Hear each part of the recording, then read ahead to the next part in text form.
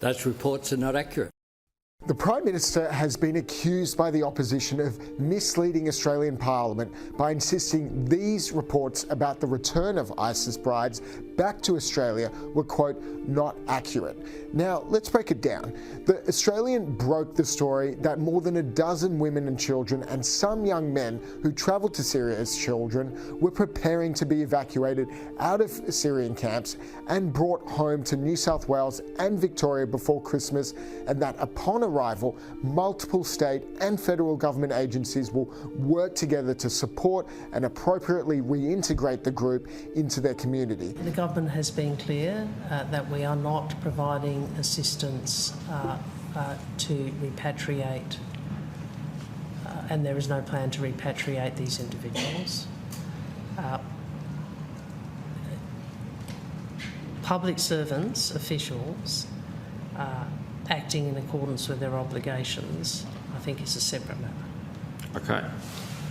So does the Prime Minister or the government consider providing a passport to someone overseas to constitute assistance? I'm sorry? Does the government consider providing a passport to someone overseas to be assistance? Again, that's a matter for DFAT. Right, so let's not muck about. This story is a wild ride from start to finish. Picture this: a young Aussie journalist, just doing his job, digs up a massive scoop about the government planning to quietly bring back women linked to ISIS from overseas. It's a sensitive topic, right? A political powder keg. But instead of fronting up and being transparent, our Prime Minister, Anthony Albanese, stands up in Parliament, waves his hand like he's swatting a fly, and says, "Those reports are not accurate." And just like that, he paints the journo as a liar. Not outside on Twitter, not at a pub debate, but in Parliament, under protection of privilege, where no one can call him out without risking their job. That's not just spin, that's a coward's move. Before we wrap up this Albanese meltdown, where the PM calls a journo a liar, gets caught red-handed, and somehow still pretends it's all fine, smash that like button harder than elbow dodging a straight question. Subscribe if you reckon the truth shouldn't need a government permission slip, and grab the "Who Voted for This" shirt, links in the description. See, that's the thing with political theatre. It's not just about what they say, it's about where they say it. When you're sitting in the big chair and you tell the nation that a journalist's story is false, that carries weight, it hits hard. Especially when the journalist, Liam Mendes from The Australian, was dead on correct the entire time. Weeks later, what happens? Bang. The very thing Mendes reported, the repatriation of women and children from Syrian camps, actually happens. They were smuggled out, paperwork done, passports issued, and flown back into Australia. It's like watching a government deny there's a fire while you're standing there, smelling the smoke. Now, to understand the drama, you've got to get how delicate this issue is. We're not talking about a group of dangerous militants storming the airport. These are Australian citizens, women and kids, who ended up trapped overseas after the fall of ISIS. Some of them went willingly years ago. Some were taken as kids. It's messy. It's complicated. But when the public finds out the government's been working on a repatriation plan behind closed doors, you can bet your last Bunnings snag that people are going to want answers. But instead of giving them, Albanese decided to play semantics. And honestly, it's one of those moments where you can practically hear the PR advisors whispering in his ear. Just deny it, mate. It'll blow over. Except it didn't. Because the denial didn't just make him look out of touch, it made it seem like he was covering up something that the public deserved to know. And here's where it really gets cheeky. You've got Penny Wong, Foreign Affairs Minister, smooth as butter in front of the cameras, trying to twist her way through Senate questions about what counts as assistance. When asked if the government provided help to repatriate these women, she dodged harder than a kid avoiding chores. She says, "Oh no, we didn't assist. We just, processed their citizenship applications, handed over passports, liaised with overseas officials. But that's not assistance, apparently. That's just admin work, right?" That's the sort of doublespeak that drives ordinary Aussies mad. It's like when a politician promises no new taxes and then invents a sustainability levy. It's technically not the same thing, but everyone knows what game's being played. You've got to hand it to Liam Mendes. The bloke didn't back down. He didn't crawl away or issue an apology. He doubled down and kept pushing. That takes guts, especially when you've just been discredited on national television by the Prime Minister himself. And that's why this story has teeth. It's not just about ISIS brides. It's about truth, accountability, and political cowardice, the kind of weaselly behavior that makes the public lose trust in their leaders. Because here's the question that keeps hanging in the air: if the government was doing the right thing, if there was a humanitarian reason behind it, then why not just own it? Why sneak around like you're running some top-secret spy op? Australians don't like being lied to. We can smell spin from a mile away. And when the government treats the public like we can't handle the truth, that's when the cracks start to show. Now, the media panel that broke this all down on Sky, James Bolt, Mia Schlicht, and the rest, was spot on about one thing. The cover-up's always worse than the crime. If the government had just fronted up and said, "Yeah, we're bringing them home. Here's why. Here's how we're going to manage it," the public debate might have been heated, sure, but it would have been honest. Instead, they played the denial game. And that denial had consequences. It didn't just make Albanese look dodgy, it made him look weak. That's the kicker here. You can call it spin, you can call it politics, but when you use parliamentary privilege to slam a journalist's credibility, then quietly do exactly what he said you'd do, that's not leadership. That's cowardice dressed in a suit. Mia Schlicht hit the nail on the head. She said, "It's the cover-up that kills you." She's right. Every government learns that lesson eventually, from Whitlam to Morrison. They all cop it when they think they can outsmart the press. But Albanese's crew didn't just hide the truth, they mocked the person who revealed it. That's a dangerous precedent. Because if journalists get the message that the price for reporting accurately is public humiliation from the PM, what happens next time something serious comes up? You don't have to agree with the story or the policy to see what's wrong here. This was a case where transparency got sacrificed for optics, and it backfired spectacularly. And let's be real, the timing didn't help.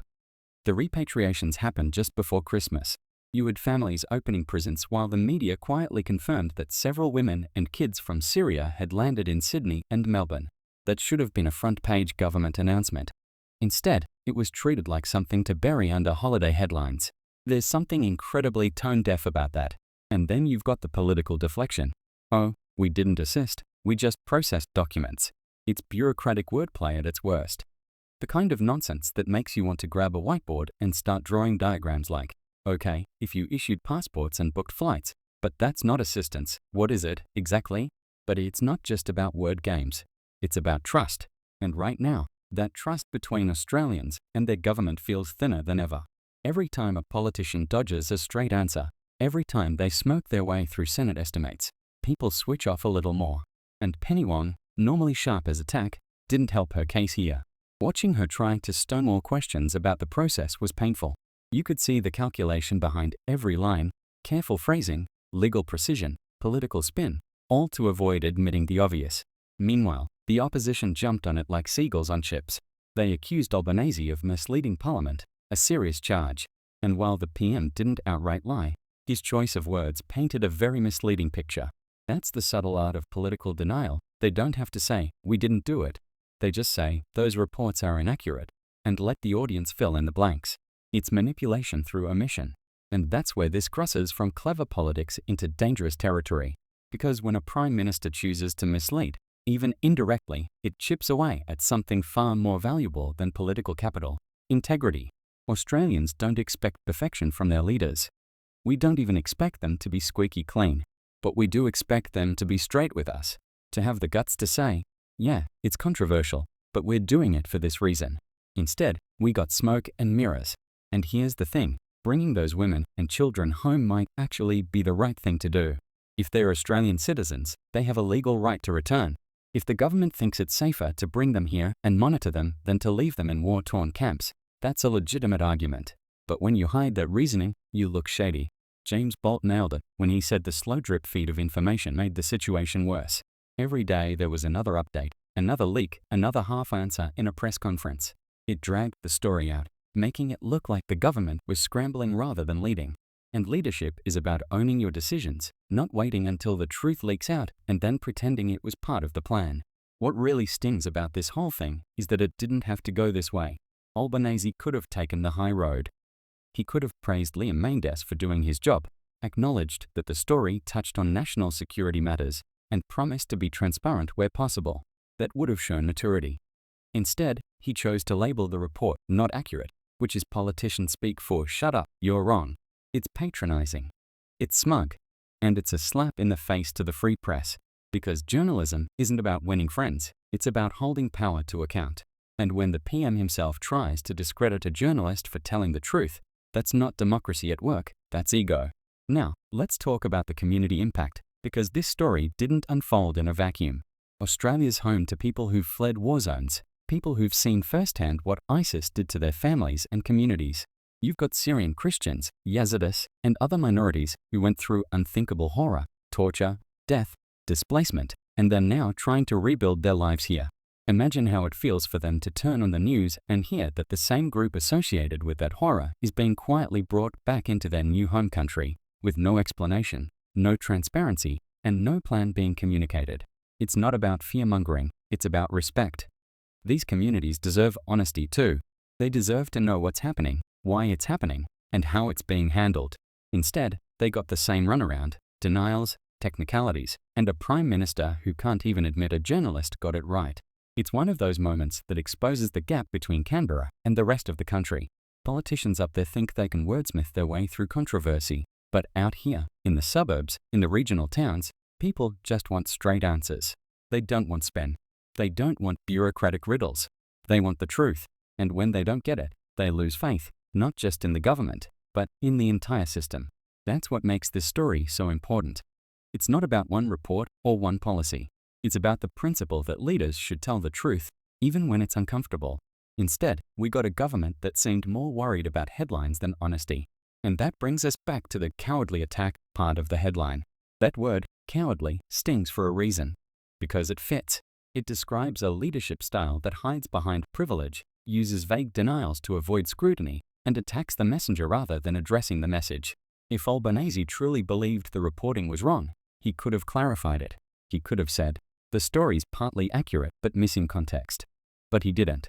He went for the easy shot, a total denial, knowing full well that Liam Mendes couldn't defend himself in Parliament. That's not strength. That's political cowardice, plain and simple.